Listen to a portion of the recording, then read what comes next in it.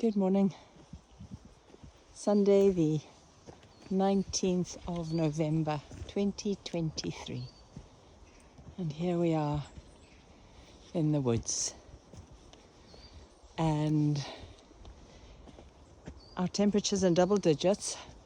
I've actually just had to take my jacket off because I'm so warm, and the sun is peeking through, which is lovely, as you can see. How gorgeous is this today? We're just going to go for a short walk and hope you'll enjoy coming along with us. The other day I had an interesting encounter in an establishment in town where I was having a conversation with a friend, and we were talking about things that, out of context, may well have been construed as very controversial. However, there was true context to our conversation. However, another person heard our conversation, did not have any concept of the context in which we were talking, and came and inserted themselves into our conversation in a way that was aggressive, very judgmental, very patronizing. A number of other adjectives, etc., could come to mind, or what have you, but enough of that. The point being that my friend and I both had very different reactions to what occurred.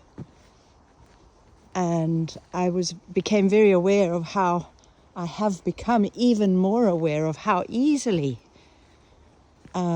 we can be misunderstood. We can allow our thinking, our paradigm, our perspective, our emotions to assert themselves and impose them on others. We can become the policeman of the world so incredibly easily. We can start telling people what they should or should not be allowed to say or think or do. That's really the world we're living in today, isn't it? And then our responses, very different, which also showed me how incredibly easy it is for us to be pitted against each other. It doesn't take much for us to see people as others, or to put myself or yourself or any of us put ourselves into a particular mode. There could be a victim mode, there could be a dictator, whatever it is, you know. And instead of just, I think just choosing just to let people be free. If they say something that I don't like, I can choose to leave the conversation. I can choose to distance myself. I can choose to move. You know, it's called freedom of speech, just freedom. And I remember over many years in Scotland, there was this kept being said, you're not allowed to spank your children, you're not allowed to spank your children. And people were being, you know, if a person did spank their child, social services were being called, and so there was this massive campaign of fear and everything. Now, this is regardless of where you stand on that principle, one way or the other. The fact of the matter is that people were told by people that it was illegal. And it only became illegal, I think, earlier this year. But that narrative was being spoken out over at least a decade, if not longer, perhaps much longer than that. I don't know where that first was drip-fed, leaked into the public psyche, consciousness, etc. And I wonder where we're going today with words that we use that are deemed to be unacceptable, deemed to be something that are very well not at times. Sometimes they are and sometimes they're not. And who defines that? And surely there's a place for a deepening, a growing emotional maturity, where if somebody's saying something that I do not like, I respect their right to freedom of speech. I respect my right to ignore, to move on. You see it on Facebook all the time, the trolling. It's always very interesting to me how somebody will follow something on Facebook and become, to some degree, vitriolic, angry, whatever. People will post things on Facebook in order to create a negative anti-sentiment, which is very easy then. If you're of that kind of like, I don't know, mindset or what have you, it's very easy to jump on board because we all like our perspective to be endorsed by others. And then when somebody says something that's contrary to us, often we can find ourselves deeply offended. But Colin wrote a poem recently. You know, we've got the situation happening in the Middle East.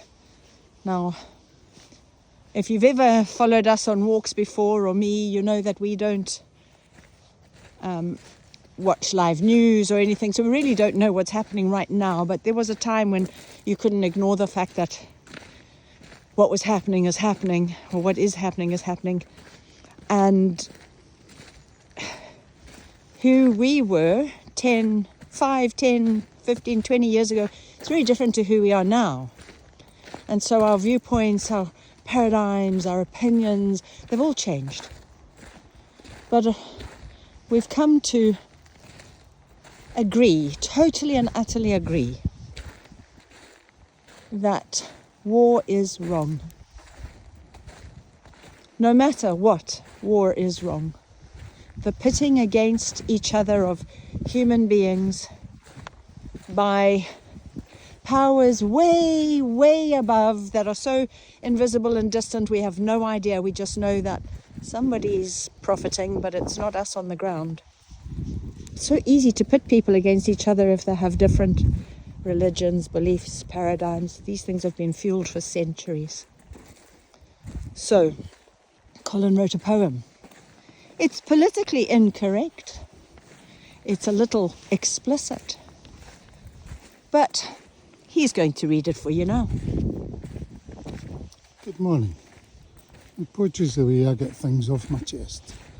So that's what I'm doing, getting things off my chest with regards to conflict. My poem's called Fuck War. Stop the bus, I want to get off. I was all wrecked till now. I was having a laugh. Taking life easy, just going with the flow. Sitting quite comfy, just enjoying the show. Ain't all the numpties with their bombs and their guns. Warmongering bastards who like killing for fun. Starting wars here and starting wars there. Men, women, wains, they just didn't care. All they wanted was the money they made. For every bullet fired, every bomb and grenade. Ka-ching, ka-ching, ka-ching. More money in the bank. The cost was a wee family blown up by a tank. WMD's regime change. Our wars are justified. You can't blame us for all the people that have died. Oh, we're quite aware they'll never take the blame. I just want to declare their war is no in my name. I'm not dissing the ones that would join up for careers, who end up in ditches facing their greatest of fears, hoping and praying they'll make it home before Santa, wondering why they listen to the be all you can be propaganda.